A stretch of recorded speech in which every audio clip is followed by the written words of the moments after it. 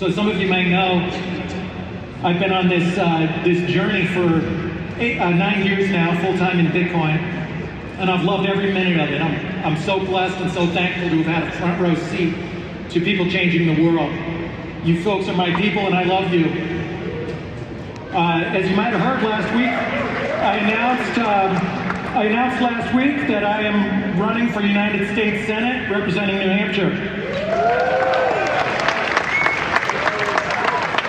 So I appreciate your support. If you have $100 or $50 or $20, don't send it to me. Buy Bitcoin. No politician can save you from the melting ice cube of fiat, and I can't either. But I can promise that if I'm elected, I'll represent Bitcoiners, I'll represent small government, and I'll do the best that I can to keep this tyranny under control and move forward with freedom, economic freedom, liberty for everybody. Thank you. So if you want to support me, don't donate. Well, you can if you want, but go to my website, brucefenton.com. Go to my social media, Bruce Fenton. Share it, tell your friends, particularly your friends in New Hampshire. So thank you very much. The next guest is the Mr. Wonderful himself, Kevin O'Leary, who really needs no introduction. He's a legendary investor. He's one of the stars of the awesome television show Shark Tank. And he's going to talk about regulation and Bitcoin. And it's a real pleasure to have him. Let's give a big warm welcome to Mr. Wonderful, Kevin O'Leary.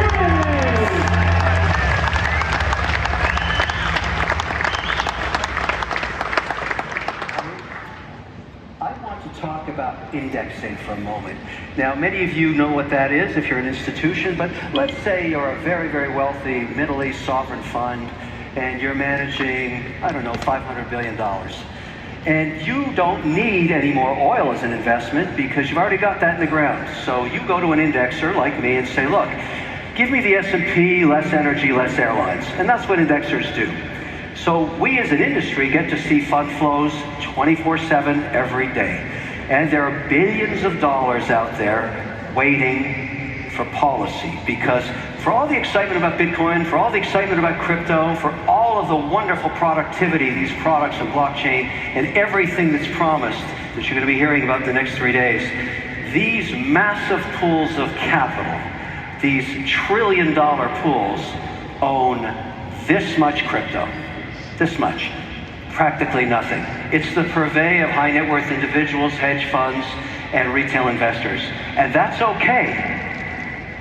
But what we're missing is policy. When we get policy and the regulator regulates, that's not a negative thing. The spigots of capital are going to flood into this sector like you've never seen. And so for those of us that can invest in it now, you're getting ahead of what's going to be a huge wave of interest when policy occurs. I predict in the next 10 years that crypto, blockchain, Bitcoin, all of this innovation will be the 12th sector of the S&P. Now, why do I say that? Because Bitcoin is not a coin, it's software. Ethereum is software. Avalanche is software. Helium is software. Solana is software. It's all software, and the smartest hands over keyboards today in the world are developing on the chain and bringing innovation to financial services, which in the end is the largest sector on earth. Now, what we need is policy. We need government to catch up with us so that we don't lose leadership in America to this very important 12th sector of the economy. There's no question. So let me give you a quick update, because I've been spending a lot of time in Washington in the last 3 months, a lot of time. And the good news is, on a bipartisan basis, there are many senators and reps that are thinking about this in a proactive way. So I'm going to give you what I'm calling the 5 vectors of policy and give you an update on where we're at on this stuff, because I've actually read these bills. They're big. A lot of reading, a lot of bedtime reading here, but there's a lot of good innovation occurring. Let's start with the big daddy bill that's coming out of Cynthia Lummis. She is coming here on Friday to give a keynote. This is a very important milestone, to have a senator come here and address this important sector with a bipartisan mandate. That signals that regulation is coming, and that is a good thing. That's vector number one. Vector number two, the president himself, in his direct order, his executive order, talked about crypto as something that he wouldn't make illegal. That was the most important message in there. But there was also a concern about climate change, we'll get to in a minute. Then there's BlackRock, the Larry Fink mandate that has discussed this sector as well, also a concern about ESG and climate change. Last night at 6 o'clock, Bill Haggerty dropped a bill. 2 pages. I spoke to the senator last night. A 2-page bill that would make stable coins legal. This is a genius piece of legislature. If it's 2 pages, every senator can read it. And it's very simple. What this says is this. Why is this any different than a money market fund? Why can't we have a simple audit every 30 days with the underlying security inside of it, whether it be USDC or any other stable coin? And why can't we limit the duration of the asset to 12 months or less? And then why don't we let the market compete to provide stable coins, which are now way past $100 billion, and allow institutions to put this on their balance sheets? 2-page bill. There's a senator that wants to do business. I, of course, applaud this mandate because my own auditor won't let me and my operating company do anything with stablecoin because there's no regulation on it. So maybe the best way to approach this for all of us that are interested in crypto is to pick one pillar of value. And right now, I would argue that stablecoins are one of the fastest growing asset classes outside of Bitcoin, and help this become policy and law, and watch what happens. And the reason you should care is, if it's backed by the US dollar, it will become the reserve currency of the earth. That's what will happen. And why would we want to give that up to any other country? Why would we ever give that innovation up? So let's regulate this. Let's get behind this bill and make it happen. And I'm not asking the federal government to write one line of code. That's not their job. Let the free market, let the private sector develop these stablecoin products and let them compete, just like Fidelity competes with their money market fund, like Schwab competes. They're regulated and everybody uses them when they have a cash balance on their account. Let's do the same thing here. That way, we have the innovators coding and we have the government regulating. That's a great outcome. It's coming soon. Now, let's talk about the minefields in the 5 vectors of policy. We'll start with the SEC.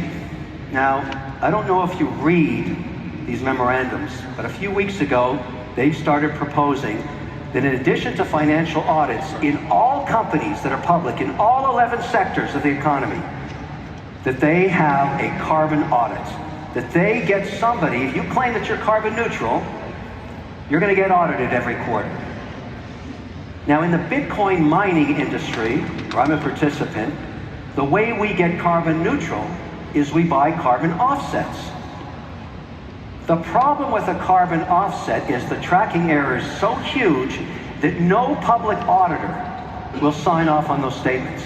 You can say you're carbon neutral, but there's nobody going to sign it at the risk of being offside with the SEC. So if the SEC adopts that policy, that's bad for proof of work. And it's bad for Bitcoin mining because the first pioneers of this in the US were very concerned about being ESG compliant, and they went to that market.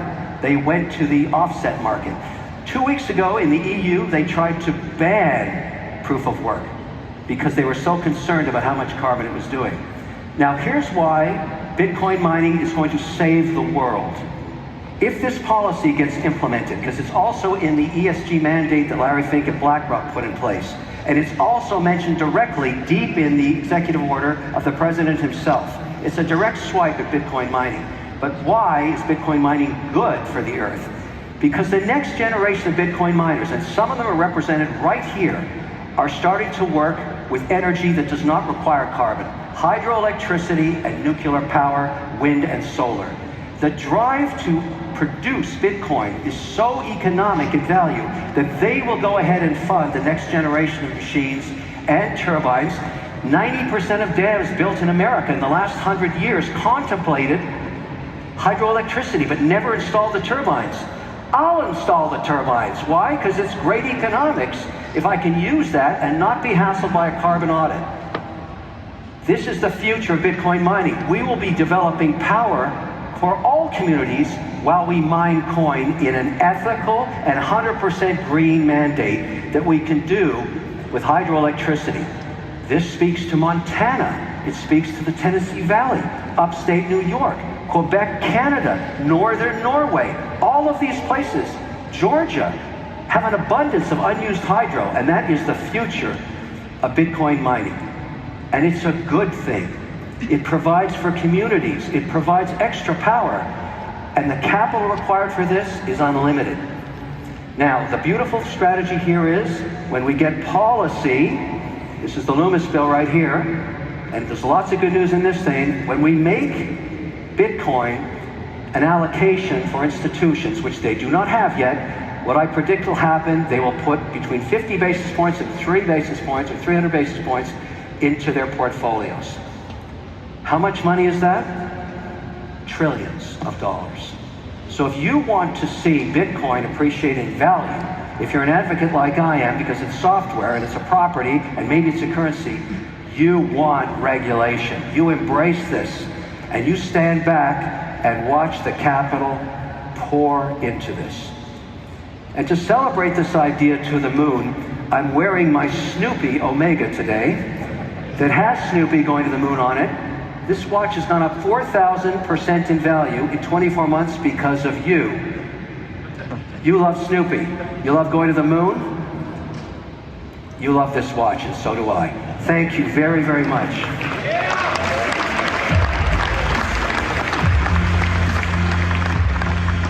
Real quick before I get to the networking event, thoughts on Kevin O'Leary.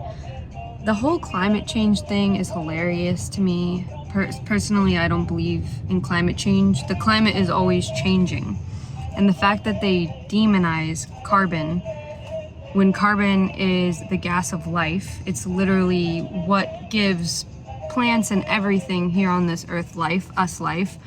So that argument is a little bit sad. And then in regard to people mining cryptocurrency, cleaner, greener, more efficient, a lot of people have already been doing this. Actually, the company that I first started in Bitcoin with has been doing that.